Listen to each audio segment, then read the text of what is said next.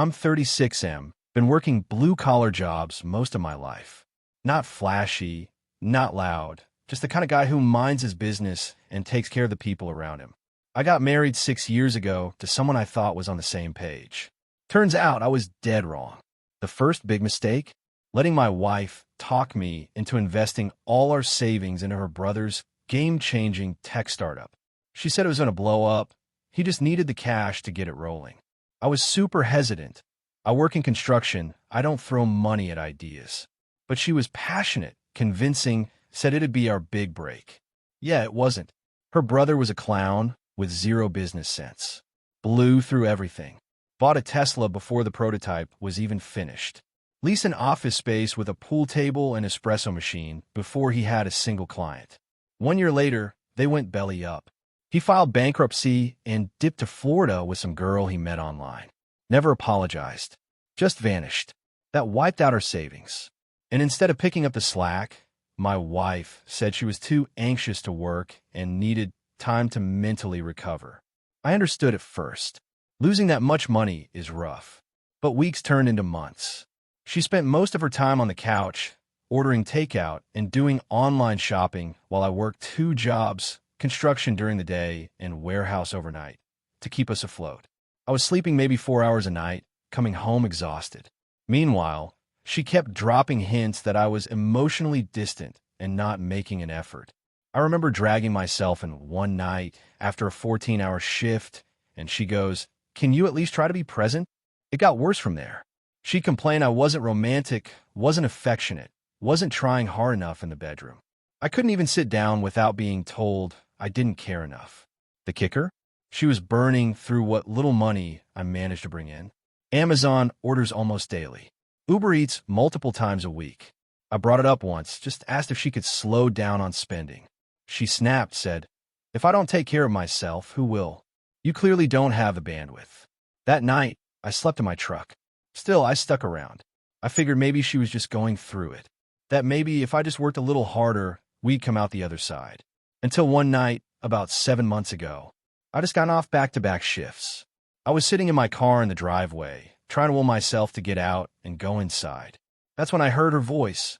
Window was open. She was talking to her brother, the same one who lost all our money. She laughed and said, "He's always too tired. It's pathetic. He comes home smelling like sweat and sadness. I don't even want to touch him." Then he said, "Maybe you should find someone who isn't tired all the time." And she replied, "Maybe I should," like it was nothing, like she was ordering lunch. I didn't go inside. I walked around to the back, climbed through the bedroom window, and packed a duffel bag. Took my passport, my documents, and my burner account details. Because, yeah, I'd started funneling 20% of my pay into a hidden savings account months ago. I had a gut feeling I'd need it. I left her a note on the nightstand. Find someone who isn't tired of your lies. Then I emptied the joint accounts, my income, legally earned, and moved to an account in my name. Froze the credit cards under my name. Took the second car, titled solely to me, and stashed it at a buddy's garage. She woke up to nothing. Next morning, my phone blew up. Missed calls, texts, voicemails. First it was, "Where are you?" Then it turned into, "What did you do?" And finally, "You can't just leave me like this." She called me abusive, said I was financially controlling, claimed I was abandoning her. I replied once, said, "I haven't done anything illegal. All the money I moved was mine. You can contact me through a lawyer if needed." A week later, she served me divorce papers and filed for spousal support.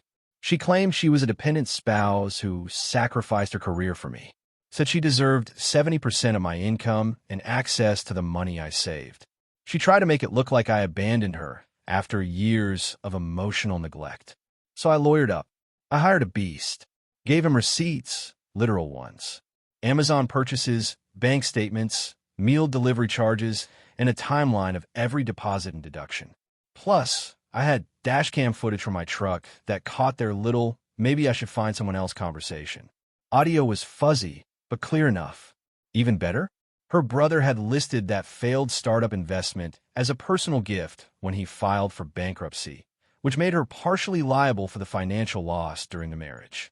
She thought that was her golden goose. Turned out it was a grenade. She also had been quietly pulling money from a mutual investment account my late mom left me. Nothing huge, but enough for my lawyer to flag it. And since the account wasn't in a trust, but was technically marital property, she was allowed to access it. But lying about it and using it for personal cosmetic procedures? Yeah, that didn't sit well with the judge. Result? She got denied alimony.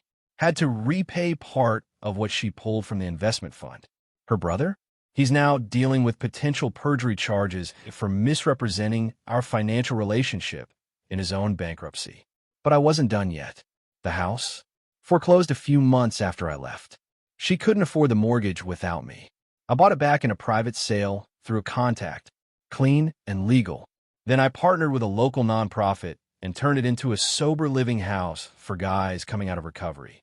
Low rent, mentorship, a place to restart life. I never moved back in. Didn't need to. She drove by once and lost her mind. Messaged me saying, "How could you give away my house to strangers?" Didn't reply. Just blocked her. But she still wasn't done. Started trashing me online. Said I was emotionally abusive, manipulative, financially controlling. Posted some sob story video trying to get sympathy. I didn't even have to defend myself. People started finding her spending habits. Her brother's sketchy crypto projects and receipts got posted. The comments turned on her fast. She deleted everything. And the cherry on top? That one year she filed our taxes without telling me. She adjusted some numbers to get us a refund. CPA caught it when I asked him to check. I reported it, and the IRS opened an audit on her. She's on her own now. Last time I saw her was in a grocery store lot a few months back. She looked tired, real tired. Asked me if I ever really loved her. I told her, I did, until I realized you only loved what I could give you. Then I walked away. I don't regret leaving. I regret waiting so long to stop setting myself on fire to keep someone else warm.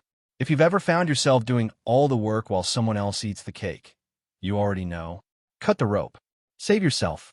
And if this post helped even a little, hit that follow.